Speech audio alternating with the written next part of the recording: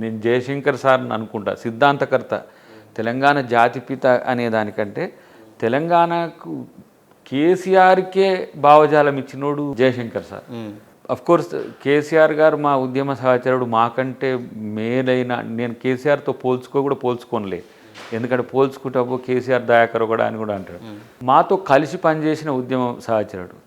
నువ్వు ముఖ్యమంత్రి కావచ్చు, కాదనిలేను, కానీ జయశంకర్ సారు, జనార్దన్ రావు సారో లేకపోతే కేశవరావు జాదవ్ సారో అవుతావు, లేకపోతే చుక్కారామయ్య గారు మీరు అవుతారంటే నేను చరిత్ర తెలిసినప్పుడు కొండ లక్ష్మణ్ బాబు అవుతారంటే నేను ఒప్పుకోలేదు. ఎందుకంటే మీకంటే ముందు, మీకంటే క్రెడిబుల్గా పనిచేసి తెలంగాణ కోసమే జీవితాలను వెచ్చించిన మీరే సిద్ధాంతకర్తగా పెట్టుకున్నారు జయశంకర్ సార్. ఇలా నేను ఎందుకు ఆ మాట అంటున్నంటే, ఆయనను జాతిపిత అనాలని చేసి ఒకరోజు ఆయన చనిపోయిన తర్వాత ఒక నిర్ణయం తీసుకోవాలనుకున్నాం. ఆయన డామినెన్స్ ఉన్నది ఆ రోజు కాబట్టి ఆ పదాన్ని వాడలేకపోయినాం. ఆ రోజు జేఏసీలో టీఆర్ఎస్ ప్రధానమైన భాగం కాబట్టి మనం తెలంగాణలో మనకు జాతిపిత లాంటి వాడు ఒకడు ఉంటే ఎవరు అని అనుకుంటే అది జయశంకర్ సార్ ఉన్నాడు అని అనుకున్నాం.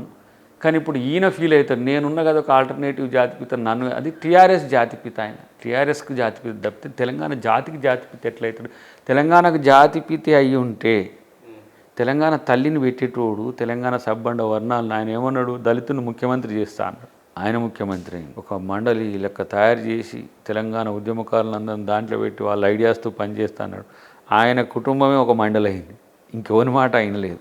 మనోడు అది అయిపోయినాక దొర బతికిండు తనలో, అది సమస్య అయింది. దొర బతకకుంటే ఒక ప్రజాస్వామికవాది ఉంటే కేసీఆర్ ఫెయిల్ అయ్యేటోడు కాదు.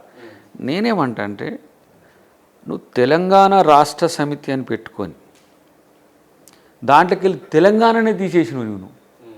నీకు తెలంగాణ గురించి మాట్లాడే నైతిక హక్కే లేదంట. నేను ఆ రోజే చెప్పిన, ఎప్పుడైతే మీ పార్టీ పేరులో నుంచి తెలంగాణ తీసేసిండ్రో తెలంగాణలో మేము ప్రజలు బొంద పెడతారని చెప్పి అదే జరిగింది. ఆయన భారత్ రాష్ట్ర సమితి అని పెట్టుకుంటాడు, ప్రధానమంత్రి కావాలనుకున్నట్టుంది పెట్టుకున్నారు. ఇక అదే ఈడ తెలంగాణ తల్లిని వాడుకోవడము, తెలంగాణ ఉద్యమాన్ని వాడుకోవడం, ముఖ్యమంత్రి కావడం, ఇది అయిపోగానే మళ్ళీ భారత్ అని పెట్టుకోవడం, ఆ భావజాలాన్ని వాడుకోవడం, మళ్ళీ ఆడిపోయి ఇది అవకాశవాదం. తెలంగాణ ప్రజలు, తెలంగాణ సమాజం ఎప్పుడు కూడా తెలంగాణ సోల్తో ఉంది. ఇప్పటికీ ఇంత తెలంగాణ కొరకు కొట్లాడిన నేనంటే కూడా, నేనే లెజెండరీ అని అంటే కూడా, ఇలా రేవంత్ రెడ్డి గారిని ఎందుకు గెలిపించారో ఆత్మపరిశీలన చేసుకోరు. కాంగ్రెస్ పార్టీ ప్రతిపక్షంలో ఉన్నప్పుడు ప్రధానంగా ఒక ప్రశ్న బాగా సంధించింది, అది ప్రజల్లోకి కూడా వెళ్ళింది.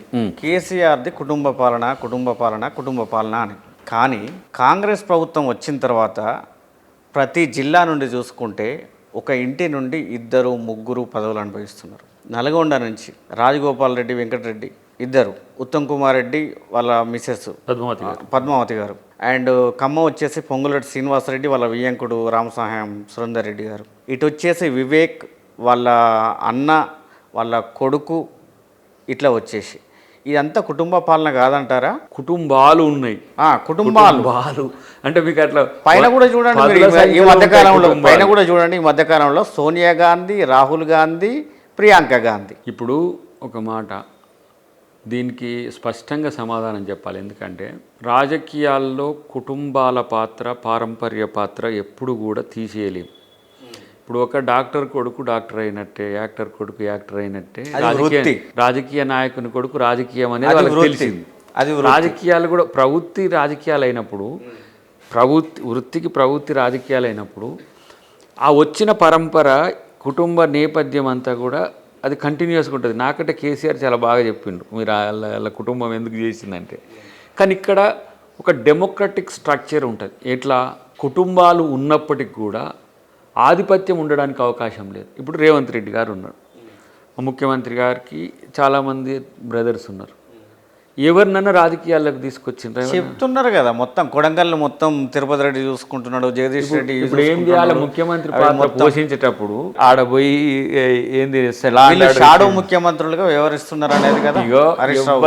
ఎవరైనా బ్రదర్ పవర్ ఉన్నప్పుడు వాళ్ళ కుటుంబాల్లో ఎవరైనా, అదే మా తిరుపతి రెడ్డి గారు కానీ, కొండలరెడ్డి గారు కానీ, కృష్ణారెడ్డి గారు కానీ, ఇంకా మిగతా పెద్దలు ఎవరు, వాళ్ళది ప్రాధాన్యత ఉంటుంది. ఎందుకంటే సమస్యను అక్కడి నుంచి ఆ వే నుంచి చెప్పుకోవడానికి ప్రయత్నం చేస్తారు. చెప్తే పవర్లో లేరు కదా. ఇప్పుడు మీరు అన్న దాంట్లో 2 కోణాలు, ఒకటేమో కుటుంబాలకు మా ఉత్తమ్ గారు కానీ, లేకపోతే కోమటిరెడ్డి బ్రదర్స్ కానీ లేకపోతే మా జానరెడ్డి గారు ఇట్లా చెప్పుకుంటూ రావచ్చు. కానీ వాళ్ళు పడ్డ ఈ పార్టీ కొరకు పడ్డ కష్టాలు కూడా చూడాలి కదా. కేసీఆర్ కుటుంబం కూడా పడింది కదా.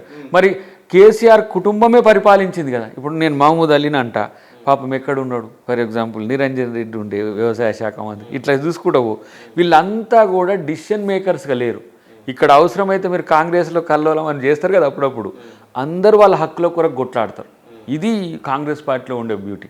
కానీ ఇక్కడ నీకు స్పెసిఫిక్గా చెప్పాల్సింది ఏంటంటే, కాంగ్రెస్ పార్టీలో ఎన్ని కుటుంబాలున్నా, ఒకటి అధిష్టానం, తర్వాత ఇక్కడ ఉన్న లోకల్ పార్టీ అధ్యక్షుడు, వీళ్ళది క్రూషియల్ రోల్ ఉంటుంది. వీళ్ళని దాటి ఎవరు పోవడానికి లేరు. ఇక్కడ క్రూషియల్ రోల్ ఉంటుందా ఉండదా అనేది కాదు ఇక్కడ చర్చ. ఒక కుటుంబం నుంచి ఇంతమంది పదవులు అనుభవిస్తే సామాన్య కార్యకర్తలు, కష్టపడ్డ నాయకులు, వాళ్ళకి అవకాశాలు రాకుండా ఒకే కుటుంబం దాన్ని అనుభవిస్తుంటే 15-20 మంది ఉంటారు. కానీ 100 మంది ఎమ్మెల్యే కంటెస్టెడ్ గెలిచిన వాళ్ళంతా కూడా ఇండిపెండెంటే కదా. ఇప్పుడు ఎస్సీలలో లేనిది, ఎస్టీలలో లేనిది చాలామంది సామాన్యులకు కూడా టికెట్లు ఇవ్వగలిగినాం కదా. ఇప్పుడు మన గద్దరన్న బిడ్డకి ఇచ్చుకోగలిగినాం, నాగరాజు గారికి ఇచ్చుకోగలిగినాం, అక్కడ ఎవరు మా సామీల్కి ఇచ్చుకోగలిగినాం, నా ప్లేస్లో ఉన్న దగ్గర. ఇటువైపు నుంచి వస్తే మా నకరికల్ మన వీరేశం గారికి ఇట్లా చాలామంది, ఎడమ బొజ్జు ఉంటాడు, చాలా మామూలు సాధారణ కార్యకర్త తను అక్కడ. ఇట్లా నేను చాలామందిని మీకు ఎగ్జాంపుల్ చెప్పుకోగలం. కనీసం రాజకీయ కుటుంబాల నేపథ్యం లేని వాళ్ళంతా కూడా ఇప్పుడు 20-30 మంది మీకు ఎమ్మెల్యేస్ కనపడతారు కాంగ్రెస్ నుంచి, న్యూ జనరేషన్. సో ఒకవైపు ఏ కుటుంబాలైతే పార్టీకి సమాజానికి ఉపయోగపడే వాళ్ళకి అవకాశాలు ఇవ్వడంతో పాటు, ఎవరైతే సమాజంలో కింది వర్గాల్లోనో లేకపోతే పేదల కొరకు కొట్లాడిన వాళ్ళు కూడా అవకాశం కాంగ్రెస్ పార్టీ ఇస్తుంది. ఇప్పుడు భూపేష్ బఘేల్ అని ఉంటాడు, ఒక బీసీ ఉద్యమకారుని కొడుకు, ఆయన ఛత్తీస్గఢ్ సీఎం చేసుకోగలిగినారు అక్కడ. ఒక ఆటో డ్రైవర్ కొడుకు సుఖ్వీందర్ సుఖ్వీ అని హిమాచల్ ప్రదేశ్. అంటే ఇప్పుడు మాకేందంటే ఫ్యామిలీ మాకు బలం, ఏది గాంధీ ఫ్యామిలీ బలం. అట్ ద సేమ్ టైం మీరు అన్నప్పుడు బలహీనత అవుతుంది. అంటే మీరు గాంధీలకే కుటుంబ పాలనను ప్రశ్నించి కుటుంబ పాలనలోకే మళ్ళీ తీసుకెళ్తే అది రేపు రోజున మళ్ళీ మీకు ప్రశ్న నేనేమంటే కదా, గాంధీల ఫ్యామిలీనే మా పార్టీకి బలమైంది. ఎందుకంటే గాంధీలు లేకపోతే పార్టీని ఫిజిల్ అవుట్ చేసే స్థితి, ఎందుకంటే వాళ్ళు ప్రొటెక్టర్స్గా ఉన్నారు. మీరన్న ప్రశ్నకు వాళ్ళు బలహీనత కనపడ్డా, ఇప్పుడు మీకు ఇందిరాగాంధీ నెహ్రూ బిడ్డగా వచ్చింది, ఈ దేశం కొరకు ప్రాణాలు ఇచ్చిపోయింది. రాజీవ్ గాంధీ ఇందిరాగాంధీ కొడుకుగా వచ్చిండ్రు, ఈ దేశం కొరకు ప్రాణాలు ఇచ్చిపోయిండ్రు. ఆ కుటుంబాన్ని టార్గెట్ చేసి బీజేపీ రాజకీయాలు చేస్తుంది. ఆ కుటుంబం లేకుంటే కాంగ్రెస్ పార్టీ, కాంగ్రెస్ ముక్త భారత్ అయిద్దని. మళ్ళీ సోనియా గాంధీ గారు తన 2 పిల్లల్ని ఏం చేసింది, మళ్ళీ పార్టీ కొరకు అంకితం చేసింది. ఎందుకంటే వాళ్ళు ఎంత క్రూకెట్ ఐడియాలజీ ఉంటుందో తెలుసు. అంటే వాళ్ళ కుటుంబం అంతా కూడా భారతదేశానికి, సమాజం కొరకు వాళ్ళ జీవితాలను వెచ్చిస్తున్న వాళ్ళేమో. రాహుల్ గాంధీ గారు కూడా పెళ్లి చేసుకోవాలి, ఆయనేం వ్యక్తిగత జీవితం తన స్వార్థ రాజకీయాల కొరకు ఏం లేడు. మా పరంపర ఈ దేశానికి సేవలు అందించుకుంటూ వస్తూ నా జీవితాన్ని కూడా ఇస్తా అని వచ్చిండు. ఇప్పుడు మళ్ళీ ప్రియాంక గాంధీ గారు వచ్చిండ్రు.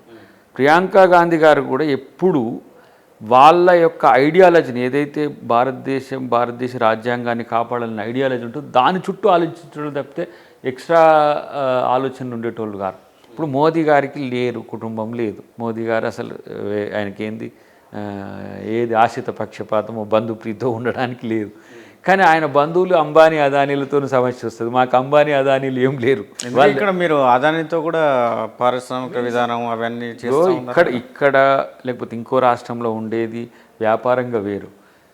అసలే గుత్తాధిపత్యాన్ని చేయడానికి అంబానీని మేము పక్కన పెట్టినాం. అదానీ అంటే ఆయన అసలు మాకు పరిచయమే లేడు. కాంగ్రెస్ టాటాలను ప్రోత్సహించింది. రతన్ టాటా జీవితాన్ని తీసుకోండి, జస్ట్ ఈ మధ్యనే చనిపోయింది కదా. ప్రపంచం మొత్తం వేణోళ్ళ కొనియాడిన ఇట్లాంటి బిజినెస్ మెన్స్ను కాంగ్రెస్ పార్టీ ప్రోత్సహించింది. రైట్. ఇటీవల మోడీ ప్రభుత్వం జమిలీ ఎన్నికల గురించి బిల్లు ప్రవేశపెడతా ఉంది. అది పాస్ అయ్యే అవకాశం కూడా ఉంది. ఈ జమిలీ ఎన్నికలను ఎలా చూస్తారు మీరు? జమిలీ అనేది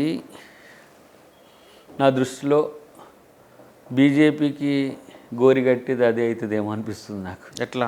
ఎందుకంటే ఆయన ప్రాంతీయ పార్టీలను చంపాలని చూస్తున్నాడు.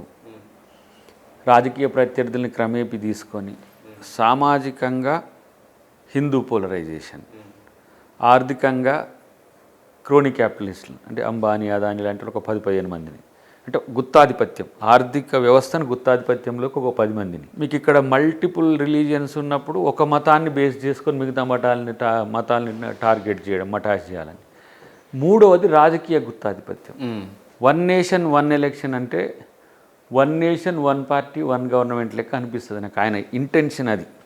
కానీ ఇండియా డెమోక్రసీకి అలవాటు పడ్డది. ఆయన అనుకుంటుండు ఒకే పార్టీ, ఒకే ప్రభుత్వం, ఒకే నాయకుడు కూడా నేనే జీవితకాలం. మనం ఉండే కదా చైనా లేకపోతే కొరియా టైప్ అనుకుంటుండు.